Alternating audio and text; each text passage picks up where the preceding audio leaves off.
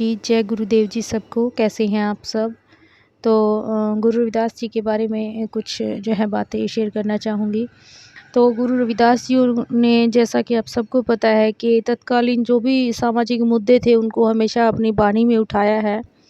उस समय भी जो है भुखमरी एक अहम जो है मुद्दा थी समाज में, व्याप्त एक बहुत बड़ी जो है ये समस्या थी कि बहुत से लोगों को खाने के लिए जो है अनाज ही उपलब्ध नहीं हो पाता था।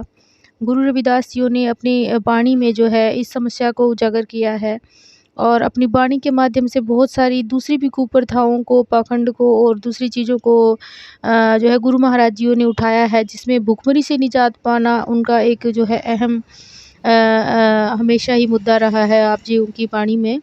जिसमें बेगमपुरा की जो संकल्पना गुरु रविदास जी महाराज जियों ने की थी, उस बेगमपुर संकल्पना में गुरु रविदास जी भुखमरी के ऊपर क्या कहते हैं कि ऐसा चाहूँ राज मैं जहाँ मिले सबन को अन्न, छोट बड़े सब सम बसें रविदास रहे प्रसन्न।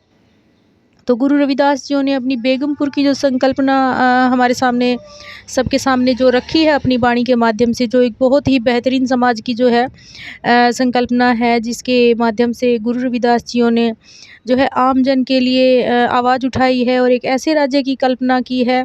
क्योंकि पहले राजाओं का राज होता था और राजा लोग जो है आम जनता की तरफ बहुत कम ध्यान दे पाते थे, कि आम जनता में व्याप्त जो समस्याएं हैं उनको कम ही सुन पाते थे। चाहे जो भी हालात रहे हों उस टाइम, गुरु रविदास जियों ने उन हालातों का, उन सभी जो है गलत चीज़ों का विरोध किया है अपनी वाणी में। तो इसके माध्यम से गुरु रविदास जी अपनी बेगमपुर संकल्पना के में बताते हैं कि ऐसा चाहूँ राज मैं जहाँ मिले सबन को अन्न, छोट बड़े सब सम बसें रविदास रहे प्रसन्न। अर्थात हर आमजन को अगर अन्न यानी अनाज अगर उपलब्ध होगा तो गुरु रविदास जी बहुत प्रसन्न होंगे, अर्थात परमात्मा बहुत खुश होंगे। क्योंकि कोई भी इंसान हो, उसकी सबसे पहली ज़रूरत होती है रोटी, कपड़ा और मकान। इन 3 चीज़ों के बिना किसी भी इंसान का जीवन जीना बहुत मुश्किल और बहुत कठिन है। तो समाज में व्याप्त ये जो समस्या थी भुखमरी की, इसके ऊपर गुरु रविदास जियों ने अपने बेगमपुर संकल्पना के माध्यम से जो है आवाज़ उठाई है और हर आम जन को जो है अनाज और खाना उपलब्ध कराने के लिए जो है आवाज़ उठाई उन्होंने, और राजा के समक्ष जो है अपनी ये बेगमपुर की संकल्पना रखी है।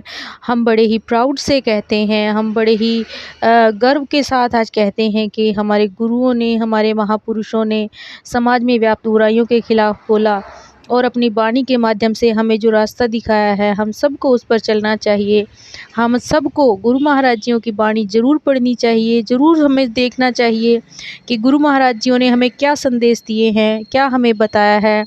इसके लिए आप अमृतवाणी जो है मेरी आईडी पर जा कर के ऑर्डर कर सकते हैं। अमृतवाणी मैं आप सबको पहुंचा सकती हूं। अगर आपको किसी को भी चाहिए है अमृतवाणी, यानी जिसमें गुरु महाराज जियों की वाणी दर्ज है, गुरु महाराज जियों की वाणी तो दर्ज है ही साथ उसकी व्याख्या भी की गई है कि क्या गुरु महाराज जियों ने अपनी वाणी के माध्यम से हमें बताया है। सरल हिंदी में उसकी व्याख्या की गई है। अमृत वाणी आपको हिंदी, पंजाबी और अंग्रेजी तीनों लैंग्वेज में उपलब्ध हो सकती है। आपको जो भी चाहिए आप मेरी आईडी पर ऑर्डर करके, मैसेज करके मंगवा सकते हैं। जय गुरुदेव, धन गुरुदेव। आई होप आप सबको सब चीज़ें समझ आ रही हैं। गुरु महाराज जियों की वाणी को सुनते रहें, सुनाते रहें, आगे बढ़ाते रहें। मेरे पेज को ज़रूर फॉलो करें और कोई गलती हो तो माफ़ करें। जय गुरुदेव, धन गुरुदेव जी। आप सबका दिन शुभ हो।